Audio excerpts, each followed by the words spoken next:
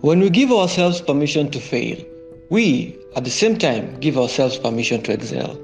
And yeah, it's fine to celebrate our successes, but it's more important to heed to the lessons of failure. And that's what the Museum of Failure in Sweden has been doing since 2017 when it was founded. The museum has highlighted over 150 failed products. It's meant to show that innovation requires risk-taking and sometimes failure. In this video, we are going to look into 10 of the failed products that feature in the museum.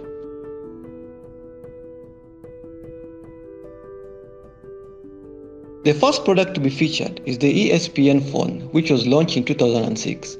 This ESPN branded flip phone provided grainy video highlights and 24/7 sports news.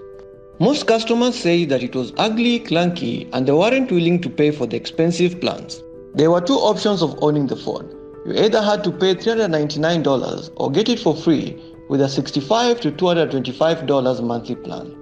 The phone project failed 9 months after its launch, and it ended up costing the company millions of dollars. The second product in this video will come from the kings of do-it-yourself, and that is none other than IKEA. In the 80s, IKEA took the DIY and the transportable to new heights with its new line of inflatable furniture. It was called the IKEA Air. If you ask me, that was quite an innovative idea.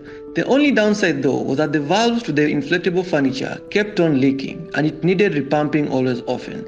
The line did last almost a decade though. The third product in this video will be the Twitter Peak, which existed between 2009 and 2010.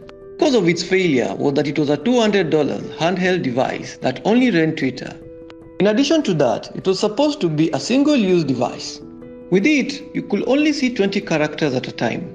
You were not able to link any other website, and it only refreshed the 10 most recent tweets.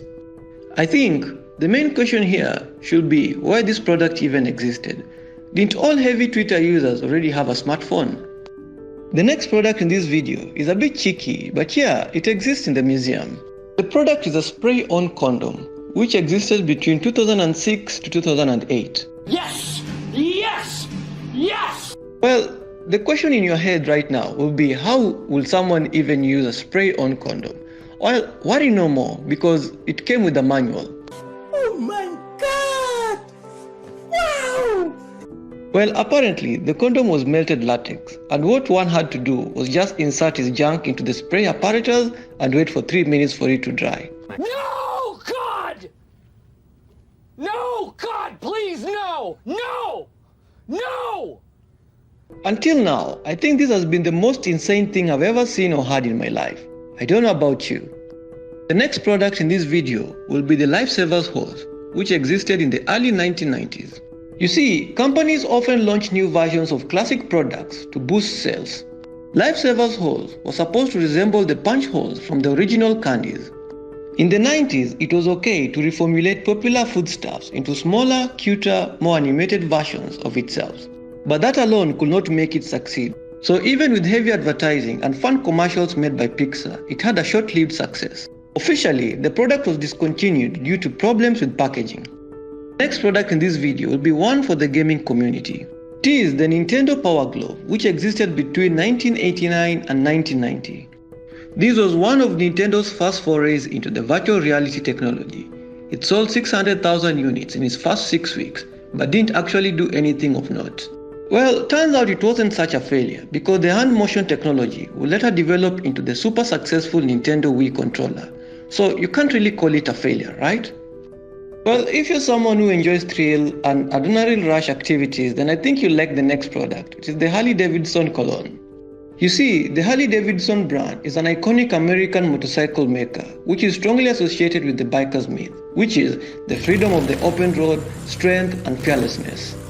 In the 1990s, the company attempted to capitalize on its rebellious image by extending its brand to other products. It is important to note that Harley Davidson has a strong brand and the merchandise makes up about 5% of its total sales. So it was a bit obvious that the new product will also be a success. However, the brand extension went too far. Harley Davidson fans hated the cologne and accused the company of Disneyfying the brand. This ultimately made the company aware that brand loyalty has its limits. They admitted their mistakes and discontinued the cologne that alienated their core customers. Thinking about it, the hot rod scent, which was the name of the cologne, was actually a more funnier concept than a failed concept. Earlier on, I had talked about the ESPN phone. Well, there's something that I didn't mention.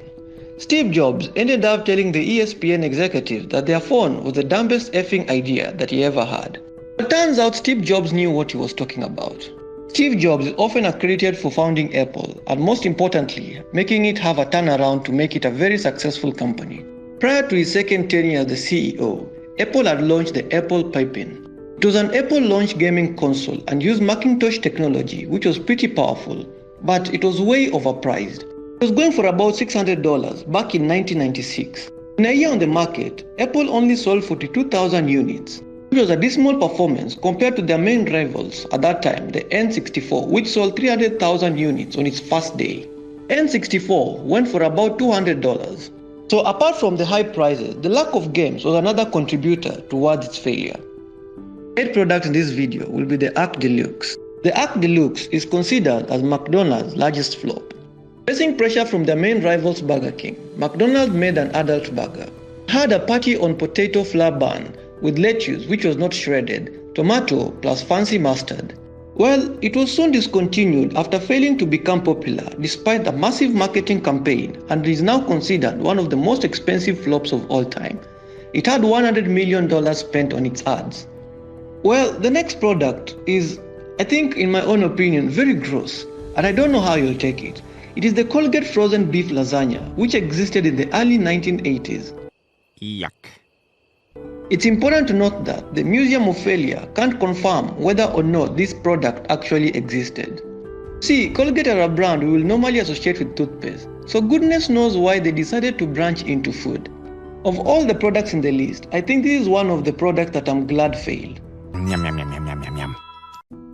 The last product in this video today will be the Nike Magneto, which existed between 1995 and 1997. In the 90s, Nike created a pair of futuristic sunglasses that didn't have temples, the part that goes over your ears.